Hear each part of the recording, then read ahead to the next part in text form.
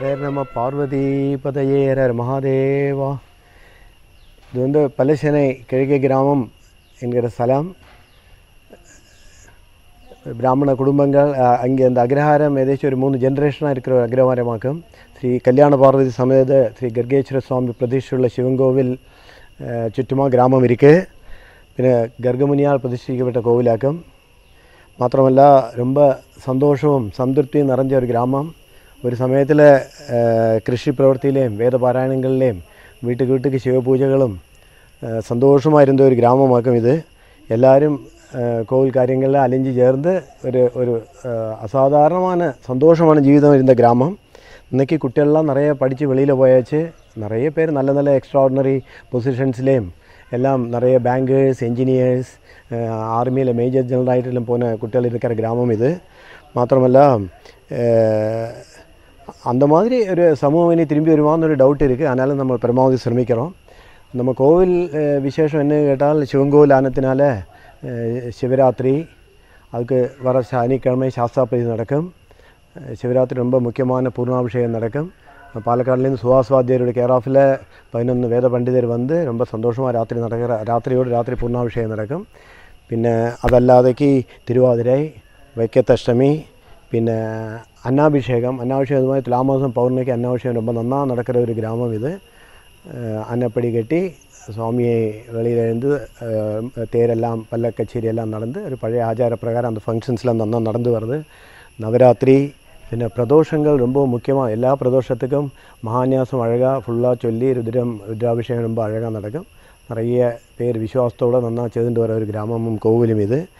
പിന്നെ മാത്രമല്ല ധനുമാസം ഉഷപൂജை, കർക്കിടക മാസങ്ങളിലെ ത്രികാല പൂജை, പിന്നെ அந்த மாதிரி ரொட்டீன் பூஜா விதிகள்லாம் அழகாக நடந்து போயின்னு இருக்கிற கிராமம்.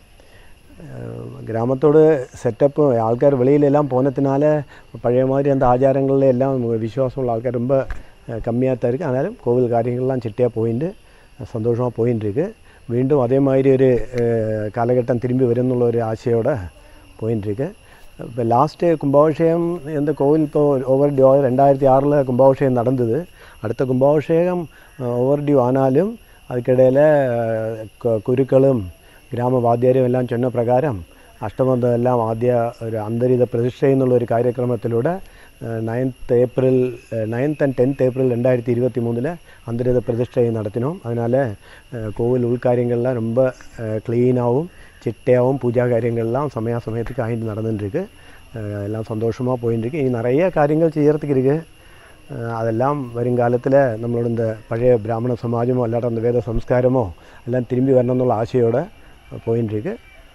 இது மைக்ரேஷன்னா இது பூர்வீகம் மாயவரம் தஞ்சாவூர் பெல்ட்லேருந்து தான் த்ரூ கல்பாத்தியில் வந்து குடியிருந்து பின்ன அந்த கிராமங்களுக்கு வந்து செட்டிலான கம்யூனிட்டியாக்கும். 2-3 ஜென்ரேஷன்ஸுக்கு மேலே நம்மள்கிட்ட ரொம்ப டேட்டாவோ இன்ஃபர்மேஷன் ஒன்றும் இல்லை. எங்களோடும் இப்போ நான் வந்து என் பேர் வெங்கடேஸ்வரன்.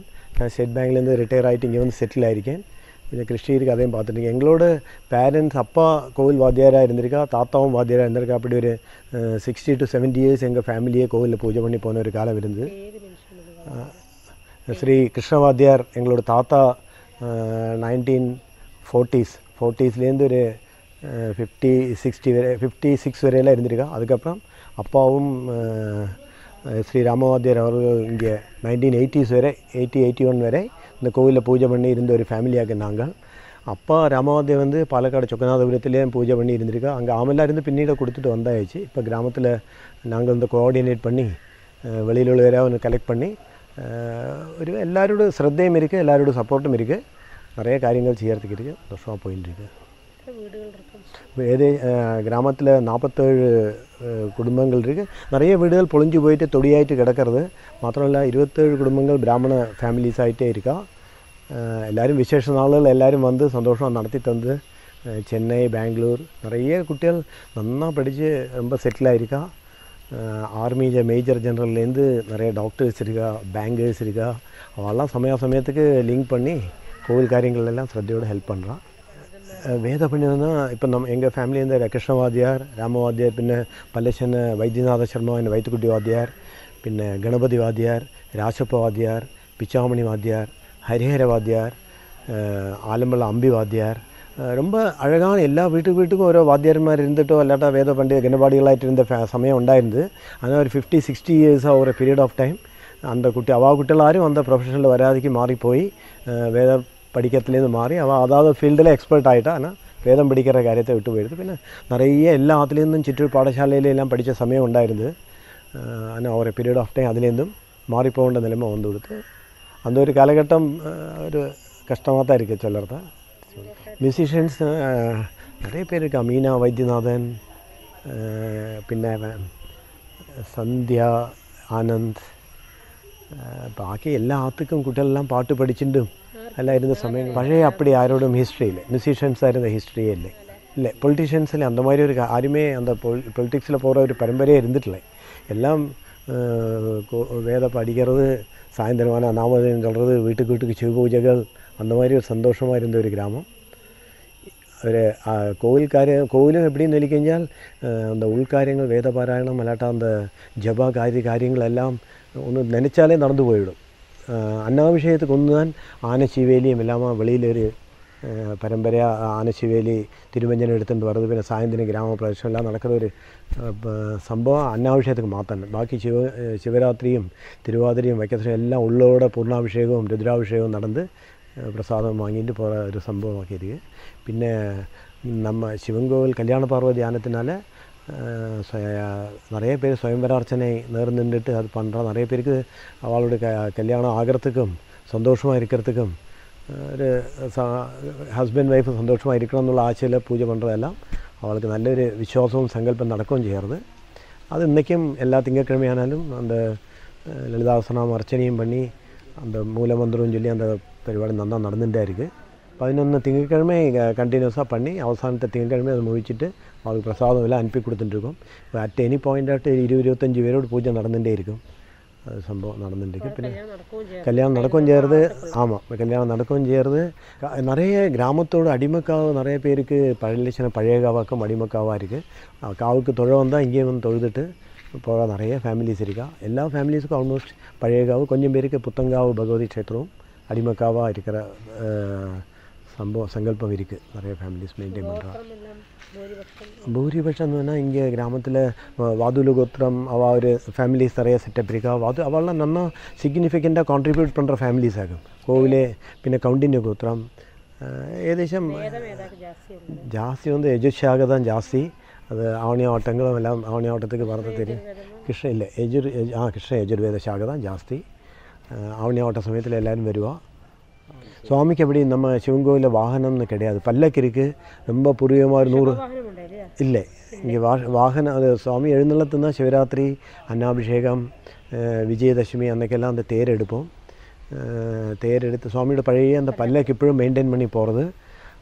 കാലഘട്ടം മാറി വന്ന സമയത്തിൽ കുട്ടികളെല്ലാം വെളിയിൽ പോയച്ച് ചിലപ്പോൾ സ്വാമി എടുക്കുന്നത് കൂടെ വെളിയിലെന്തും സുഹാസ്വാദ്യാരോ അല്ലാട്ട പാറക്കുരു അവളുടെ സഹായത്തിൽ ഇതെടുக்கிற அப்படி കാര്യങ്ങളെല്ലാം அப்படி மேனேஜ் பண்ணி போயின்னு இருக்கு. சந்தோஷமாக போயின்னு இருக்கு. ஸ்ரீ கல்யாண பார்வதி சுவாமி கர்கேஸ்வர சுவாமி பிரதிஷ்டை, அது இல்லாமல் கல்யாண பார்வதி அம்பாள் பிரதிஷ்டை இருக்குது. உற்சவமூர்த்தி வேறு. சிட்டு சுவாமிகளில் ஸ்ரீ விநாயகர், சுப்பிரமணியர், நாகர், ஐயப்பன். விநாயகருக்கு விநாயக சதுர்த்தி அன்னைக்கும், சுப்பிரமணியருக்கு தைப்பூசம் நாள்லேயும், நாகருக்கு கன்னி மாதம் ஆயில்ய நாளில், சாஸ்தாப்தி அன்னைக்கு ஐயப்பனுக்கு எல்லாம் ருத்ராபிஷேகங்கள் நடக்கும். சிவராத்திரி அன்னாபிஷேகம் நாளுகளில், எல்லா பிரதோஷங்கள் நாளுகளில் சிவனுக்கு அபிஷேகங்களும் ருத்ராபிஷேகம் நடக்கிற ரிச்சுவல் இங்கே ரெகுலராக நடந்துட்டுருக்கு.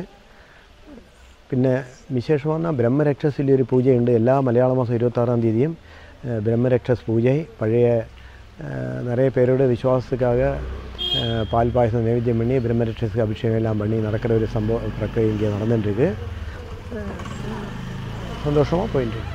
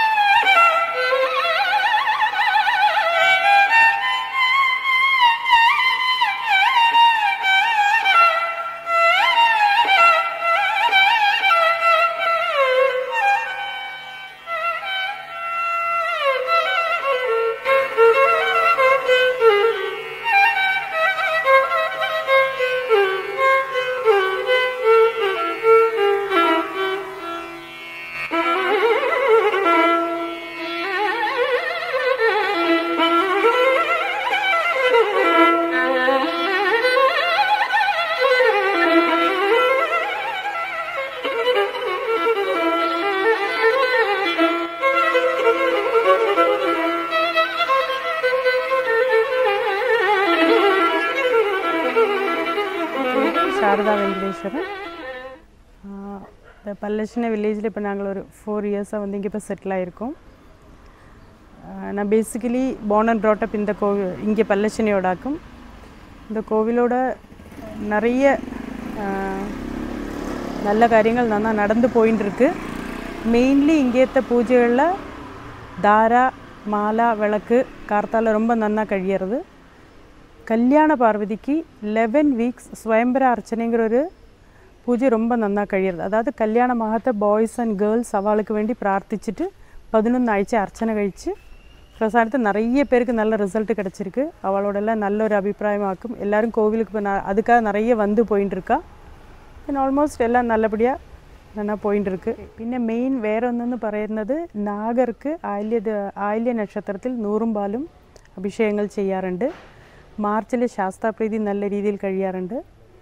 ദെൻ ദിവസേന ഉള്ള നിത്യപൂജകളിൽ മെയിൻ രാവിലെ ധാര മാല വിളക്ക് അർച്ചന. കർക്കിടക മാസത്തിൽ ത്രികാല പൂജകൾ നല്ല വിശേഷപ്പെട്ടതായിട്ട് ചെയ്യാറുണ്ട്. ത്രികാല പൂജയ്ക്ക് നല്ലോണം ആൾക്കാർ വരാറുണ്ട്. ത്രികാല പൂജ നല്ല രീതിയിൽ കഴിയാറുണ്ട്.